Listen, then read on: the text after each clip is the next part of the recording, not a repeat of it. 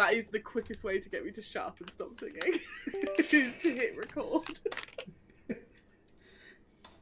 Hello, club. Sorry, Molly had messages. I was like, shit, have I locked her out again? Yeah. I swear this time I didn't.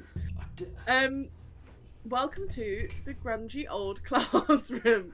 As you can see, this week we are highly prepared for our for a very special episode, which is our first film review that we're doing. Porco Rosso! Studio Ghibli's Porco Rosso. And I've got with me my beautiful, wonderful, not a fascist. Definitely not. Definitely not a fascist. Rather be a pig than a fascist.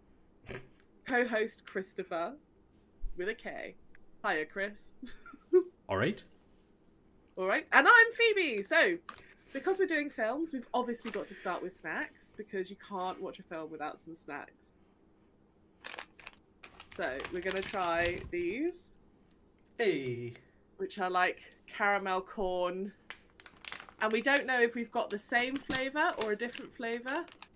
Our current bet is Chris has spicy and I've got cheese, but spicy caramel, cheesy caramel. Could be weird. Could be weird.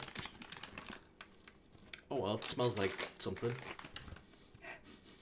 Oh, it smells sweet. Mine doesn't. And they look a bit like What's-Its for the British audience. Yeah, or a little prawn. Or a little prawn. They are sweet. Oh. That's like halfway. Is yours sweet as well? Yeah, yeah. I like it. It's different. It's like it's halfway between like a what's it called? The toffee popcorn. Do you know what I mean? Oh, yeah, and yeah. What's it? Like the Butterkist or something. Yeah, that's the one. Butterkist. Again, tiny portions. I could Tiny demolish portions. a share bag of these. Yeah, easy. Easy. And that's because we are two pigs just living our best lives watching films about pigs. Yeah. So, Porco Rosso. Yes. I'm excited. What did you think, Chris? Right. So, Ghibli films. I've seen a few, a lot less than I would like to, but I've never seen this before. So this is my first time watching it. And what I was expecting was My Neighbor Totoro, like a nice little whimsy little story, amazing animation, hand drawn. Yeah, but I was blown away by it. This film is genuinely amazing. I think. What? Oh, sorry. No. Tell me what you think. I think out of all the Ghibli films I've watched, this is my favourite. I think it tops Spirited Away. Yeah. Yeah. That's fair. What makes it your favourite, do you think? It's an unusual favourite because, as you say, there are like films like the Studio Ghibli. That's the studio. Films like Spirited Away, Howl's Moving Castle, Princess Mononoke. All of those get a lot of love and even Totoro get a lot of love as like the best Studio Ghibli film. But I agree with you. I think this is definitely up there. And is massively underrated. I think it's absolutely great fun. But what did you like about it? So I watched it in English dub because it automatically started on dub, and when I realised that is it Michael Keaton when he voices Porco, I was like, I don't need to. I already know that they've invested time and effort into the voice actors, so don't need to listen to the dub, and it's got me full attention. I love the look of it. It kind of reminds me of a. Can you remember the original Popeye that was in black and white? Yeah. It reminds us of that kind of vibe, but it's got an amazing story behind it, and the more you look into it, the more you get from it. On the surface, I could watch this with Finley, 4-year-old son, and he'd be like, there's a talking pig, it's got planes, it's got like fights, it's got danger and good parts. It's got people doing silly sky pirates. Yes, exactly. Yeah. But if you look deep into it, there's a lot more going on with Porco Rosso. His romance, in the world at large, you get the whole fascism thing. You get the running from sky pirates and the military. It's just, I was just hooked. It's amazing. Yeah, yeah. I agree with you. I think it's a film. It has layers, and I Yeah. enjoyed. So I think it's been a good 20 years maybe since I've seen this film, Right. and I think I enjoyed it just as much, but very differently now in as a 35-year-old, as Yeah. a 35-year-old, than I did as a terrible, like a young 15-year-old or whatever it was. 15, 16, whenever I first watched it. Yeah, yeah. And yeah, I think it's got a lot of layers. For me, it always it reminds me of those like World War One, Battle of Britain kind of World War One, World War Two films where they're like set on a ship in the middle of the Atlantic, or like, you know, fighting for the Channel. It's got that kind of like war drama feel to it. Yeah. But I think that it does still have a little bit of whimsy, but it's far less cutesy than a lot of the Studio Ghibli films, I think. Yeah, it's weird because it has got the World War One or Two theme to it, but that's an entire backstory. Like, if that wasn't included, it doesn't have to be to get the whole vision of the film. Yeah. And I think it is set in. I think it's set at the end of World War One is when I think the film is set. And you're also right. It does, like, the cast is blinding. It's got a really good cast. We've got Michael Keaton, Carrie Yules, that I was excited about, from Princess Bride and Robin Hood Men in Tights, and lots of other films, but those are like the two films that I love him in. Yeah. Playing Curtis, the kind of like terribly arrogantly dashing pilot who Porco Rosso has to fight at the end for the you know, freedom of the woman. Yeah. Yeah, and it's also got all of this thing about, you know, like all of the men having gone off, so it's left, you know, his plane has to be built by just like a village of women who are just like the people left behind. It's that there is a lot of kind of wartime drama to it, but the fact that he's a pig doesn't make it feel. It somehow like makes it feel less heavy and a bit more fantasy, even though like he wouldn't actually have to be a pig through most of it. It would still be a decent story. He just happens to be a pig. Yeah. Almost, even that he's got curse. But you had a good theory about the kind of pig curse. Do you want to actually, before we start that, do you want to give us a little bit of a summary? How would you describe the story of the film? And I've asked you that just, the reason I'm like giggling to myself is because I saw Chris going in for snacks, and I thought I'm going to ask him to do the summary with his mouth full. Yeah. I thought I'd get a sneaky one in there, but no. Yeah. And so the story follows a pig man who's just like a rotund pig guy with a mustache called Porco Rosso. He is a bounty hunter. Pig. Yeah. Who protects like civilian cruise ships or tourism ships in the Adriatic Sea against sea pirates. He's got a lass a bit stuff who he's kind of will they won't they thing behind it, who runs a local restaurant where the sea pirates and the bounty hunters all get together, but out of respect for this woman, because they all want to get into her knickers, they don't fight there. It's more than that. I think she's one of those tough 1930s lounge singers who takes no shit. Gina. Yeah. Voiced by the same woman who did Meg in Hercules, which once I heard that, I was like, oh, I can't unhear it. Now she's just Meg from Hercules. I hear her going back, but I didn't notice while I was watching it for some reason. Basically all these bounty hunters are getting a bit sick of Porco Rosso foiling the plans for stealing goods and children as hostages. So they band together, hire a pilot who's Donald Curtis. He's American, isn't he? So he's an American pilot in the film. Yes. Yeah. And he's this big arsehole bloke. Tries to sort out Porco, but at the same time, coincidentally, Porco's plane is a bit knackered because he hasn't overhauled it in a long time and he's been a bit busy. So he nicks off to, is it Morocco? Italy, I think. Italy. Sorry. Yeah. Nick's off to Italy to get it fixed by his old mechanic. On the way there, stuff happens. He picks up the mechanic's granddaughter, brings her back, and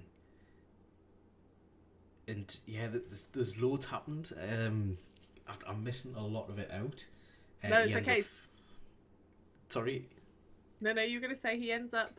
Oh yeah, you got this, Chris. I believe in you. Oh, I'm struggling. I'm just thinking about my caramel corn. Yeah. He ends up in a big showdown with Donald Curtis and wins. Yeah, that's about right. Yeah. That's it. So yeah, and it's an exciting film, I would say. It's got some great action, sort of like sky fighting scenes in it, which I'd completely forgotten. And when I watched it, I was like, oh, this is really fun.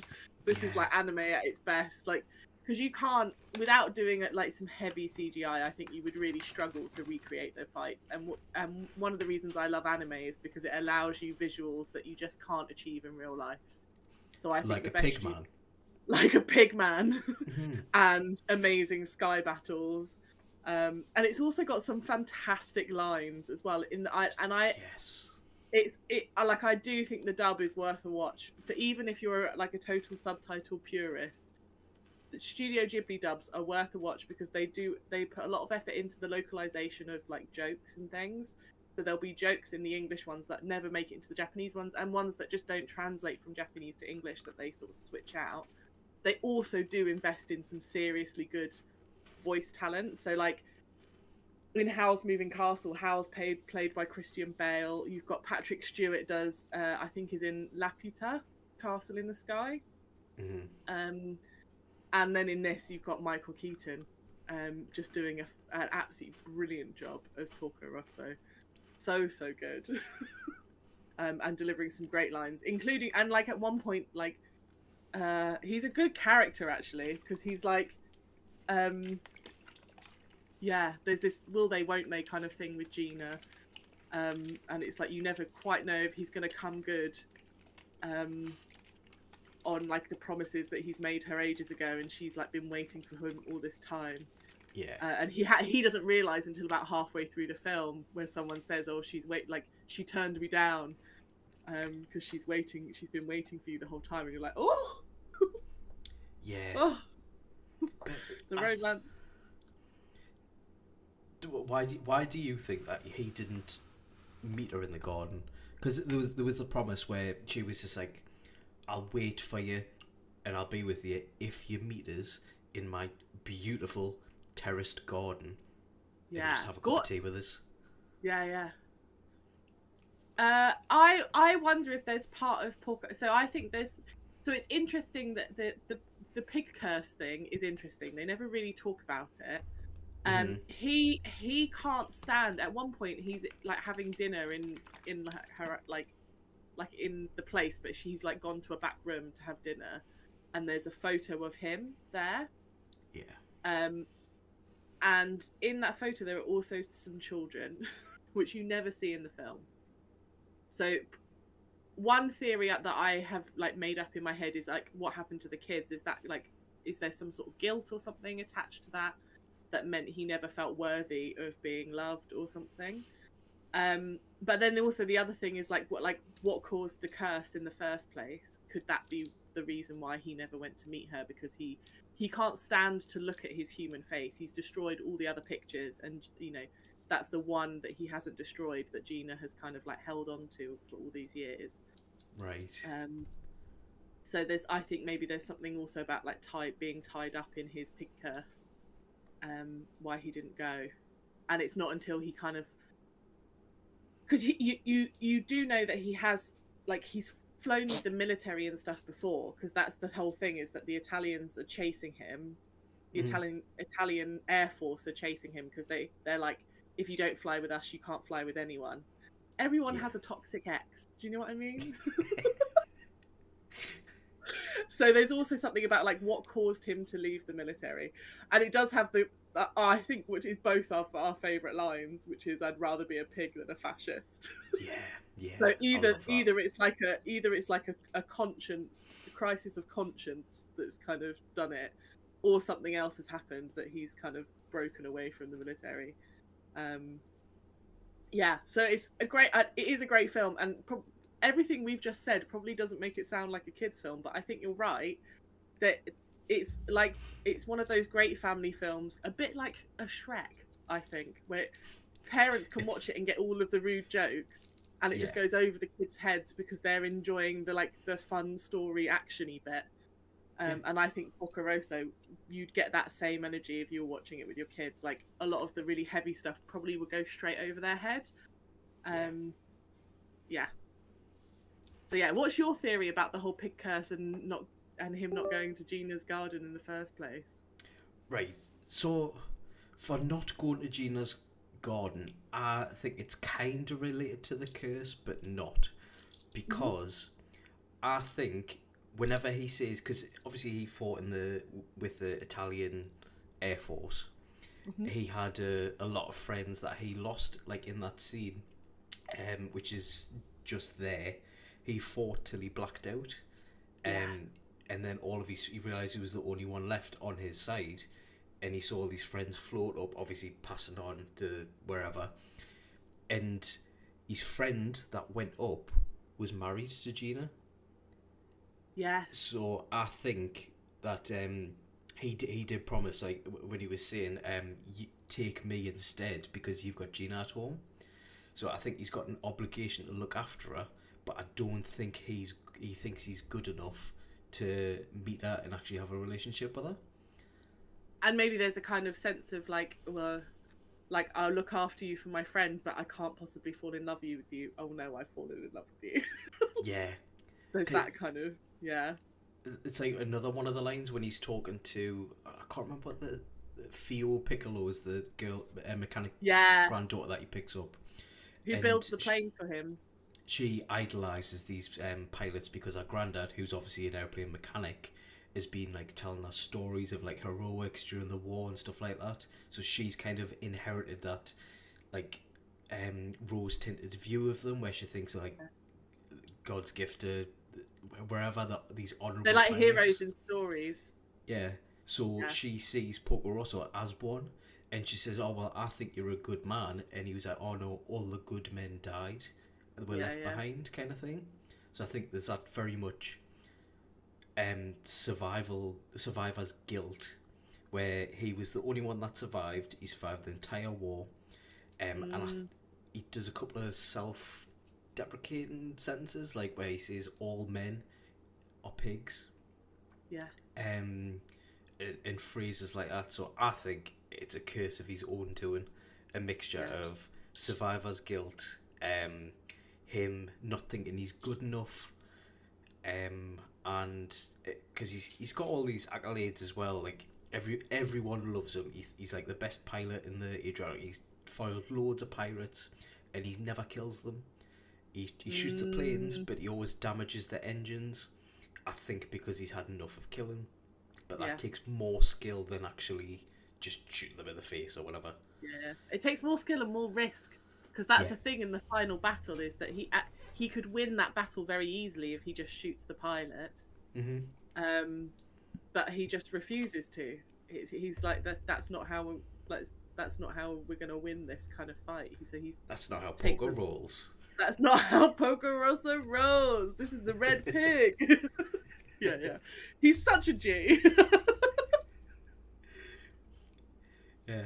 Yeah, he's really good. It's a great film. I'm so glad you enjoyed it as well because it's I think it's like Studio Ghibli has this weird place I think in anime fandom where some people are like almost fanatic for Studio Ghibli films, myself included. Mm. Like I haven't seen a Studio Ghibli film that I didn't enjoy at least a little bit. Some Yeah. more than others.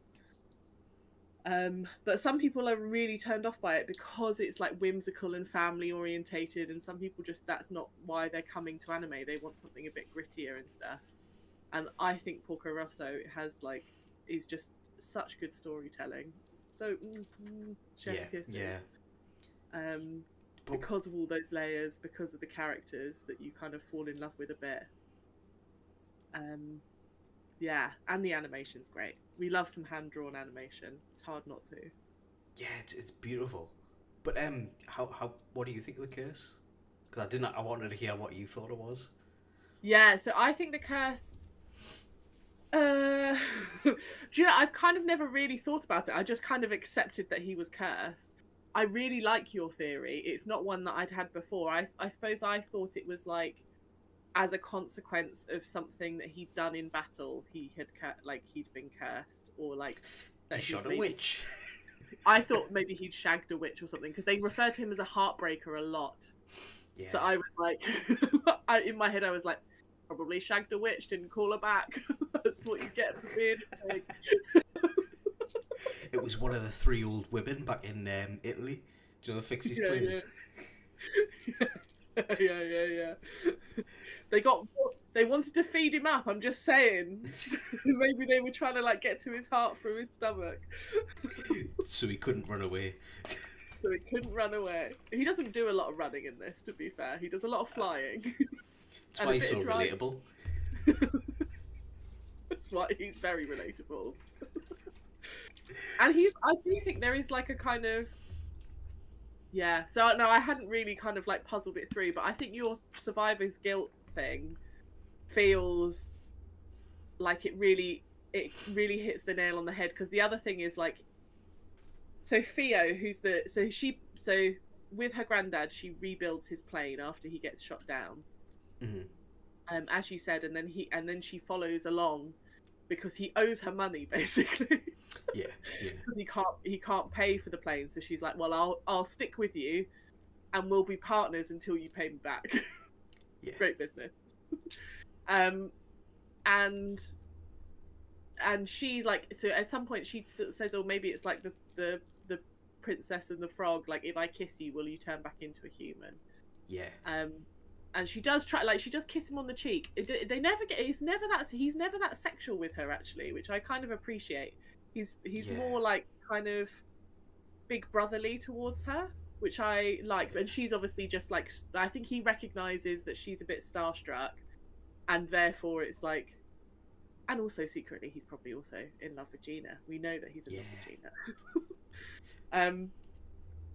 And there is a bit where they're kind of like camping out, and it's not, she sees his human face, and it's when he's kind of lost in thought.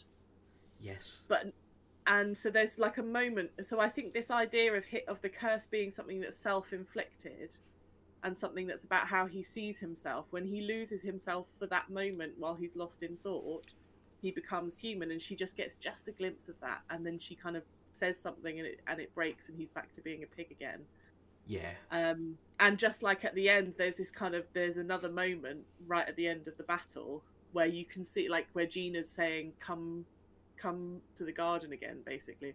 Come up to my garden. Could be Lady Garden. Mr. Pig, why don't you come up my garden? And then you kind of like, as he's watching everyone fly away, he's having like a moment of kind of like reflection, and you don't see his face while it happens. So for like the last shots of the film, you don't actually see his face. You only see him either from a distance, or from like the neck down. Yeah.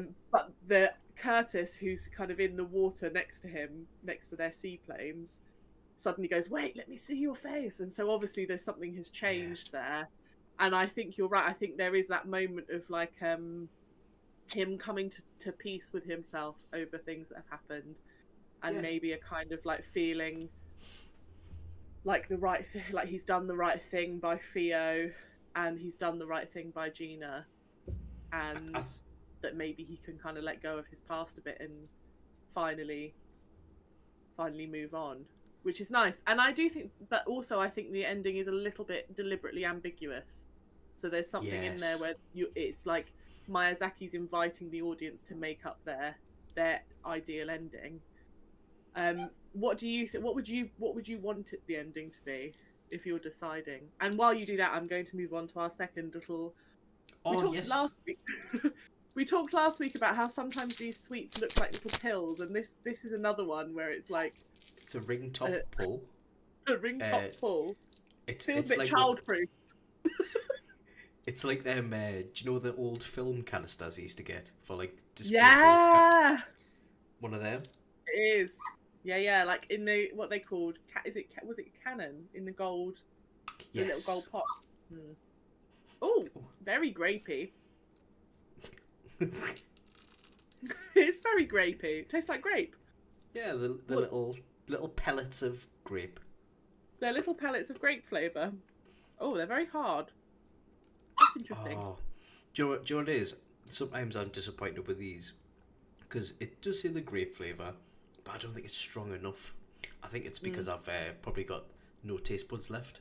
But well, that's something you said in the first episode. We started doing snacks. Mm-hmm. That it was you wanted to be blasted in the face with flavour. I think. Yeah, I want like 5 gum kind of. Yeah. Like an airwaves experience where someone turns a fan on you. Flutter off me 3 hairs. Yeah. Just flapping in the wind.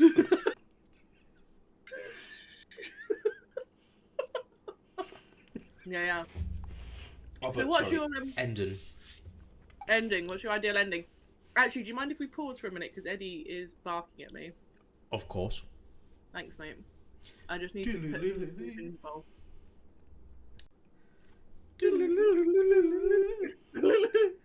Enjoy your poo, Phoebe? I didn't do a poo. For people at home, I have a dog and it's enormous. It's like a huge mastiff creature who yaps in a very high pitched way, like a chihuahua, whenever it needs water, and it wanted some water. So, but yeah, ending. I'm really happy with the ending that I gave her. The ambiguous, as he turned into a normal human again. Is he still a pig? Well, don't know. Is the Italian army still after him? I don't know. Probably. Maybe. Yeah. I'm the same. I kind of don't care if he turns back into a human or not. I'm just, the thing that I like is that they show his plane outside Gina's garden, and you think, that's good. He's done a booty call. He's done. He finally made it to the booty call. I hope for her sake he's back to being a human. Because they've got curly wing wangs, haven't they? Not that kind of podcast. Oh, sorry. Chris, we have one rule. Sorry. No, it's all right. Yeah, I agree. I quite like an ambiguous story end because it also feels like the story hasn't ended. Do you know what I mean? Like there's a kind of world that's going on. It makes, I think, when you start a story in the middle of something and you finish it without really resolving it, it makes you feel like the world that the story's been told in is bigger than the bit that you've seen. Yeah. I thought it was I kind of find that gorgeous. Yeah, no, you thought it was. I thought it was a happy ending without a resolution. Yeah. Because yeah, because what if he moves in with Gina and she realizes that she just hates his guts? Yeah. And then after 5 years, they just can't stand the way each other breathe. To be fair, he lives in a hideout in a little sandy beach in a hidden cave. He must stink. Mm. He's going to wash in seawater every day. Yeah. Where's he washing his clothes? In the sea. Yeah. Covered in crabs and all sorts. Gross. Yeah. There's cream for that. It's all right. You can clear up. I wouldn't know personally. No, neither would I. I googled it just now. Honest. Yeah. Yeah. I like the ambiguous ending. Feels good. But also, can I just say, when he's sitting on that beach, we joke about he stinks and stuff. He seems to be living the life. He's sitting there. He's got a cocktail. He's got a plane that can fly him anywhere. Beautiful thing. He's listening to the radio. Yeah. Pig's got a life. Yeah. And the only bad thing about it is, right, I'm sure the end of Age of Pirates and bounty hunting comes to an end in this film, because I'm sure he says the days of the outlandish Adriatic are over or something like that. I can't remember the quote, but he knows this will be, you cannot make a living from hunting pirates anymore or being a bounty hunter anymore. So it's like a change. Yeah. So he would have had to leave and do something anyway. So that life is gone now, regardless as if he goes with Madame Gina. But yeah, or not. So here's my other question. Right. It's very serious. You've got a self-inflicted curse. What animal does it turn you into?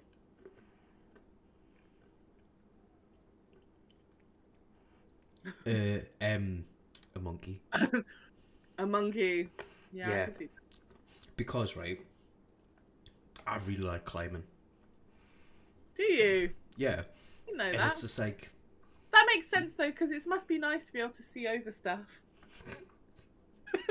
Hey. Hey-oh. Sorry, that was low-hanging fruit, which is fortunate, because that's the only kind you could reach. I'm just going to end it now. Sorry, I couldn't resist.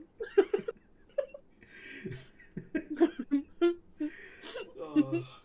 So while I silently cry, what about you? I think probably some sort of bear woman.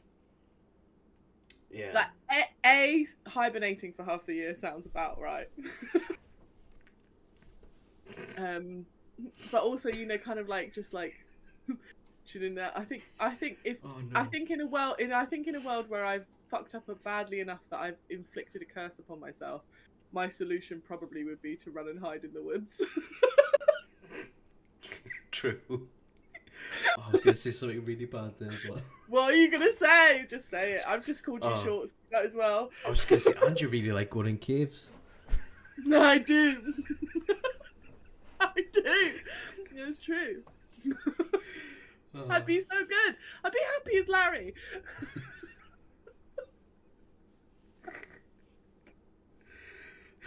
Yeah. Bear woman. I'll stick to me monkey man. Monkey man, bear woman, Porco Rosso.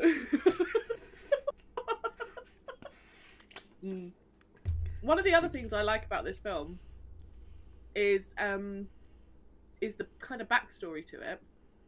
So it was originally made to be like an airline in-flight movie. So right from the start, and there's something I like.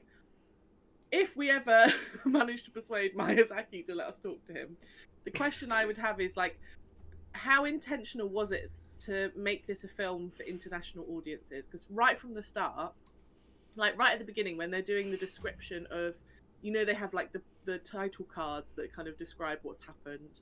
Yeah. Like tell you that you're in the Adriatic and everything. So those were already written in multiple languages because they knew the film would be shown in flight for an international audience. And I wonder how much of that thinking that this is a film that's going to be for an international audience informed his like storytelling.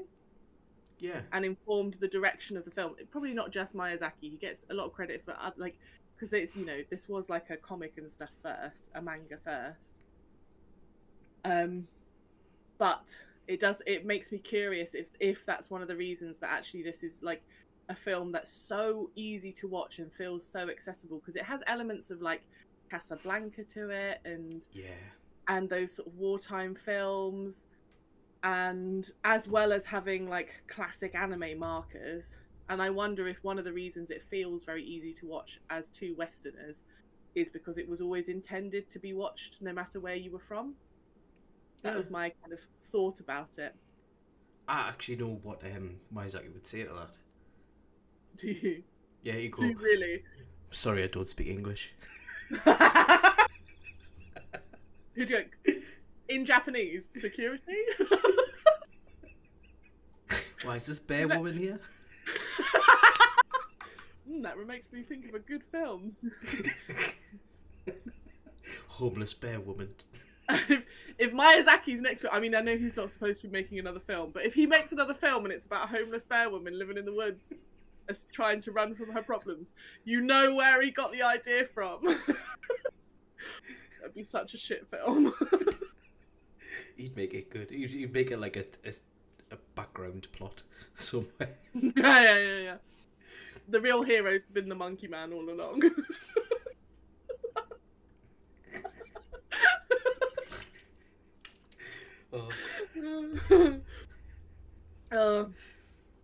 Have we got time for one more sweet? We'll have to, because we missed one off last time, and it was a suggested one. So it was, and it wasn't just anyone who suggested it either, was it? It's the person that you're filming with tomorrow. Paul, no. Yeah. And a fellow anime nerd at Nerdy Up North. Yay. Mr. Dragon Ball himself, the number 2 Dragon Ball fan. Yeah. I think he's number 3, actually. And I'm glad he did, because his reasoning for why he selected this was purely dinosaurs, because it has dinosaurs on it. Yeah. On the wrapper. It's got the names of this as well. I've got a Pteranodon. I've got I did have a Triceratops, that didn't make it. So now I've got a Brachiosaurus. It's just a little hard-boiled sweet. It's purple. It's some sort of berry flavour. It's very nice, isn't it? Oh, very good. Did you make a berries and cream reference in 2025? Yeah, I did. Berries and cream. Berries and cream. Berries and cream. Every time I hear the word berry, that plays on a loop in my head. Oh. That's my real curse. Never mind bear woman. Good choice, Lee. Thank you very much. You're my favourite anime nerd on Nerdy Up North. Oh no. Oh no. I just dissed myself. Yeah, it's good. It's hard to do a podcast with a hard-boiled sweet in your mouth, though. It's what I'm just now discovering. So, now obviously we can't ask our normal question, which is, would you watch past episode 3? Because this doesn't have episodes. Yeah. So, my equivalent to the question this time is, does this make you think that you might try some more Studio Ghibli films, having enjoyed this more than you thought you would? Of course, yeah. And I want to watch them with me 4-year-old son as well. Because that's one of them things. Hopefully, you'll have the attention for it. But it'd be really nice if we could watch these and enjoy them. Yeah. Cause I think they're amazing. I think it's better than the old Disney films as well. I'm inclined to agree. I mean, the songs aren't as good. Because the old Disney films have some bangers. But that does warm my heart, because I think of all the films that, like... There are certain films that, to this day, I still have, like a deep fondness for. Like Spirited Away, for example, always makes me think of my dad, because I watched it with my dad the first time. Same as Cowboy Bebop. Right. And there are, like, murder mysteries that I watch with my mum. Whenever I see that particular murder mystery on telly, I'm like, oh, it's an old Poirot episode or something. I'm like, oh, Mum. So it's like this idea all of like murders you did. Yeah, all the murders you did with your Belgian accent. she doesn't have a Belgian accent. And so the idea of you sitting down with your little one and creating some like heartwarming family time is really lovely. I think it's the highest compliment you could pay to a film. Yeah, that you want to share it with someone that you love. Yeah, exactly. And that you're responsible for turning into a human being. Yeah. Yeah. It's like I think it's like a different level of recommendation when you've got that. When that's the deal. Yeah, definitely. Yeah. I'm not gonna let him watch normal films that I watch. like Tokyo Gore Police. No way. He can discover that on his own. Oh, you can find it in HMV in the future, like I did. There will be no physical shops in the future. It's a sad truth. No, true. But he'll find it on a dark part of the internet one day. Yeah. That or like something equally as bad. But hopefully he'll have had the heartwarming Porco Rosso to fall back on in those moments. Yeah. Yeah. Very good. This film was made in 1992, so it's what, 30 odd years old? Yeah. And here's the thing about the Studio Ghibli hand-drawn anime. You wouldn't realise, you couldn't place the date, right? I don't think. I think you could believe that this was released 5 years ago, and you could believe it was released 33 years ago. Oh god, we're so old. I'm not sure, because I don't know if I watched the remastered version. I know the remastering Princess Mononoke for the 40th anniversary. Yeah. So that's this year, isn't it? Yeah. July, I think, or June. That's the same time as SunnyCon. Hey. Where we'll meet. I can't wait to meet in person. It's going to be fascinating. Do you know, because of that joke the other day of like, do you want a giant woman to bring you donuts? I think I might bring some donuts for you too. I love donuts.